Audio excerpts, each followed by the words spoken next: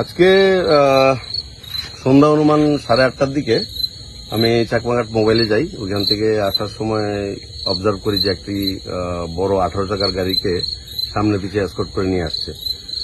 তখন আমি গাড়িটার পিছু পিছু ধাওয়া করি। তখন দেখলাম যে আসাম রাইফেলসের একজন আছেন, ওনাকে আমি চিনি ব্যক্তিগতভাবে। ওনার নাম সঞ্জীব কুমার। উনি গাড়িটাকে লিড করে রাঙ্গলপাড়া আসাম রাইফেল ক্যাম্পে নিয়ে আসেন। তো আমিও আসাম রাইফেল ক্যাম্পের সামনে আসি। আসার পর তারা গাড়িটির সামনে ছিল একটি বোলেরো গাড়ি, মাঝখানে ছিল ট্রাক গাড়ি, পেছনে একটি স্করপিও গাড়ি, তার পেছনে আরেকটা আসাম রাইফেলের গাড়ি। সবগুলা গাড়ি ক্যাম্পের ভিতরে ঢুকিয়ে নিয়ে যায়, কিন্তু আমাকে বাধা দেয়। তো আমি বললাম যে আমি ওসি তেলিয়ামুরা পিএস, আমি তো আমার জুরিডিকশনে কি হবে আমি কি জানতে পারি না। তখন উনি যিনি এসিস্ট্যান্ট কমান্ডেন্ট সাহেব ছিলেন সঞ্জীব কুমার, উনি আমাকে ভেতরে ঢুকতে বাধা দেন। তো আমি আর ভেতরে ঢুকতে পারি নাই। গাড়িটা এখনো আসাম রাইফেল। কি মনে করছেন কি থাকতে পারে গাড়িতে স্যার? সাসপেক্টেড কন্ট্রাব্যান্ড গুডস থাকতে পারে। আমিও শিওর না এটা থাকবে কিনা।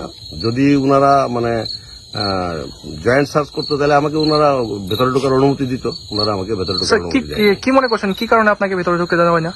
এটা তো বলতে পারবো না, ওনাদের কি নিয়ম কারণ আছে ওনাদের, সেটা আমি বলতে পারবো না। কিন্তু আমাকে উনি বিইং ওসি আমাকে উনি ঢুকতে দেন নাই। বিগত দিনও শুনলাম যে মানে গাড়ি, হ্যাঁ, আমার কাছে সোর্স ইনফরমেশন আছে। আসাম রাইফেল, কাস্টমস এবং বিএসএফ এর এরকম নাকি অপারেশন হয়। তো অপারেশনের কোনো রেজাল্ট আমরা পাই না।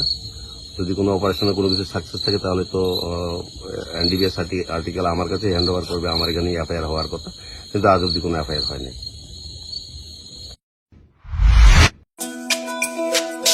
তুমি আছো রান্নাঘরে, তাই সুগন্ধে ভরে, যা খুশি তেমনই খাই তোমার জাদুর রান্নায়। থাকে শুধু লং তরাই, থাকে শুধু লং তরাই। কত কেজি রান্না হয়, মন তাই করছো জয়। ভালোবেসে বলছি তাই, রান্নায় তোমাকে চাই।